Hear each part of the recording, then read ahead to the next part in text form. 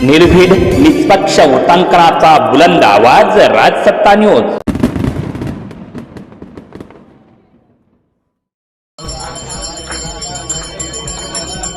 देवस्थानांच्या विकासासाठी निधी कमी पडू देणार नाही। आमदार अमोल खताळ महाशिवरात्री निमित्त तालुक्यातील देवस्थानांना भेटीगाठी। भरपूर पाऊस पडू दे, बळीराजा सुखी होऊ दे, लहानांपासून ज्येष्ठांपर्यंत सर्वांना उत्तम आरोग्य लाभू दे आणि सर्वांच्या मनोकामना पूर्ण होऊ द्या, अशी प्रार्थना निधर्नेश्वर, रामेश्वर, खांडेश्वर, कपारेश्वर आणि बाळेश्वर या महादेव देवस्थानांच्या चरणी करून देवस्थानांच्या विकासासाठी निधी कमी पडू देणार नाही असा विश्वास आमदार अमोल खताळ यांनी व्यक्त केला। संगमनेर तालुक्यातील रामेश्वर, कोकणगाव, निधर्नेश्वर, खांडगाव, खांडेश्वर तसेच कपारेश्वर येथे आमदार अमोल खताळ आणि त्यांच्या पत्नी नीलम खताळ यांच्या हस्ते अभिषेक, महापूजा, महाआरती करण्यात आली। यावेळी ते बोलत होते।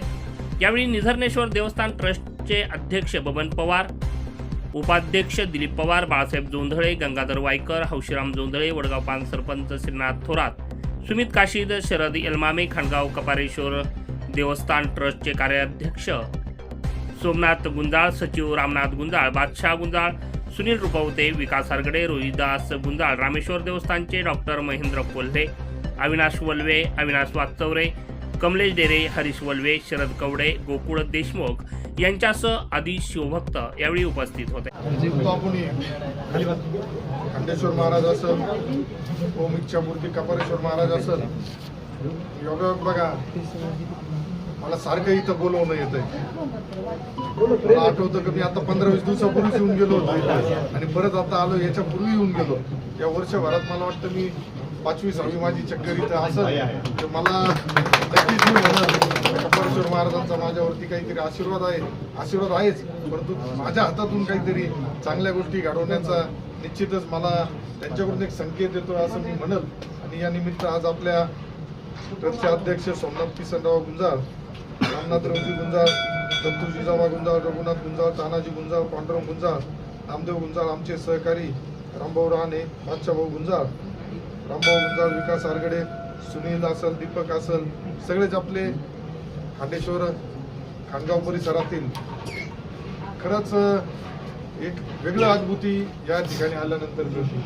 हा कितीतरी वर्ष प्राचीन पुरातन असं मंदिर आहे का जे कितीतरी तुमच्या आमच्या पिढ्यांना बी माहीत नाही कधीपासून त्याचं मूळ आहे। परंतु आज ज्या पद्धतीने आपल्याला या परिसराचा विकास टप्प्याटप्प्याने झाला, परंतु हा टप्पा जरा जास्त होता, हा टप्पा कसा कमी करता येईल विकासासाठी यासाठी आपल्याला प्रयत्न करावा लागेल। मागच्या आठवड्यामध्ये ज्यावेळेस नवीन ट्रस्ट झाला त्याच्यातले अध्यक्षपदी सोमनाथ भाऊची हे झाल्यानंतर त्यांनी जी मागणी केली होती का मला खाली तिथं तुम्हाला कंपाऊंड पाहिजे, त्या कंपाऊंडसाठीचा प्रस्ताव बनवण्याच्या सूचना दिल्या आहेत, त्याच्यामुळे ते मंजूर झालं असं तुम्ही समजले। तुमची मागणी आहे, मी वारंवार सांगत असतो की मी आमदार झालोय आणि माझं कर्तव्य आहे धर्म टिकवण्याचं। धर्म कधी टिकला तर देश टिकणार आहे, मी नेहमी सांगत असतो। त्यामुळे धर्म टिकण्यासाठी आज आम्ही तर करतोय, परंतु आज ही लहान जी पिढी आहे त्या पिढीला सुद्धा आपल्या पुरातन मंदिरं असेल, आपल्या धार्मिक कार्यक्रम असेल, उत्सव असेल, याच्यामध्ये सहभागी होण्याची निश्चित गरज आहे। आणि हे कधी होऊ शकतं ज्यावेळेस आम्ही कुठंतरी पुढाकार घेऊ आणि चांगल्या पद्धतीने त्या परिसराचा विकास करू, त्यावेळेस हे निश्चित होत असतं। मी म्हणणार नाही विकास झाला नाही, परंतु ज्या पद्धतीने ज्या पटीने होणं अपेक्षित होतं झाला नाही। त्यामुळं यापुढं आज निधर्नेश्वरला सकाळी गेलो होतो, सकाळी संगमनेरकर आपल्या शेतकरी असेल, आपल्या संगमनेरातील सगळ्यांसाठी प्रार्थना केली का आमचा सगळा बळीराजापासून सगळेच लहानांपासून तर ज्येष्ठांपर्यंत सगळे सुखी राहिले पाहिजे, पाऊस चांगला पडला पाहिजे, आपल्याला प्रत्येकाला आरोग्य उत्तम लाभलं पाहिजे, प्रत्येकाच्या मनातील मनोकामना असतात त्या पूर्ण झाल्या पाहिजे।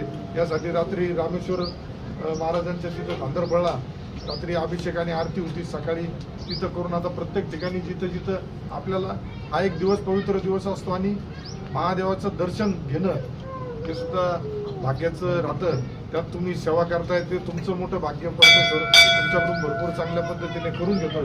त्यामुळे निश्चित मी त्या दिवशी शब्द दिला होता, माझा आतापर्यंतचा जो निधी आहे बादशाह हा निधी आमदार निधी निम्म्याला वर मी देवस्थानांसाठीच करतोय। रस्ते होणार आहे 4 वर्षांनी परत फुटणार आहे, तुटणार आहे. परंतु जे धार्मिक ठिकाणी आज आपल्याला गरज आहे, रस्ते बी करतोय आपण, तिथं बी कमी पडत नाही. परंतु माझा खरंच प्रयत्न आहे. मी बी एक धार्मिक कुटुंबातून आलो, मला स्वतःला खूप प्रचंड श्रद्धा असलेला मी एक कार्यकर्ता आहे. श्रद्धा ठेवून मी काम करतो. त्यामुळं निश्चित येणाऱ्या पुढील कालावधीमध्ये आपल्याला या परिसराला मी जे बोललो होतो तुम्हाला काय कवर्गसाठीचं सुद्धा आपल्याकडून कागदपत्राची पूर्तता झालं. जिल्हा नियोजनमध्ये तात्काळ आणि सांगायला एक आनंद होईल. काल मी काही ठिकाणी असा गेलो होतो का जिथल्या ज्या वेगळ्या विचाराच्या लोकांनी सुद्धा मान्य केलं. सावरगाव सारख्या ठिकाणी गेलो होतो, तिथं आतापर्यंत ग्रामपंचायतीला इमारत नव्हती. त्या ग्रामपंचायत आपण 25 लाख रुपये तिथं टाकले. शेवटी आज गावाच्या दृष्टीने ग्रामपंचायत म्हणजे मंदिरच आहे. तिथं तुमचे आमचे रोजचे कामं होणार आहेत, तिथं दिले.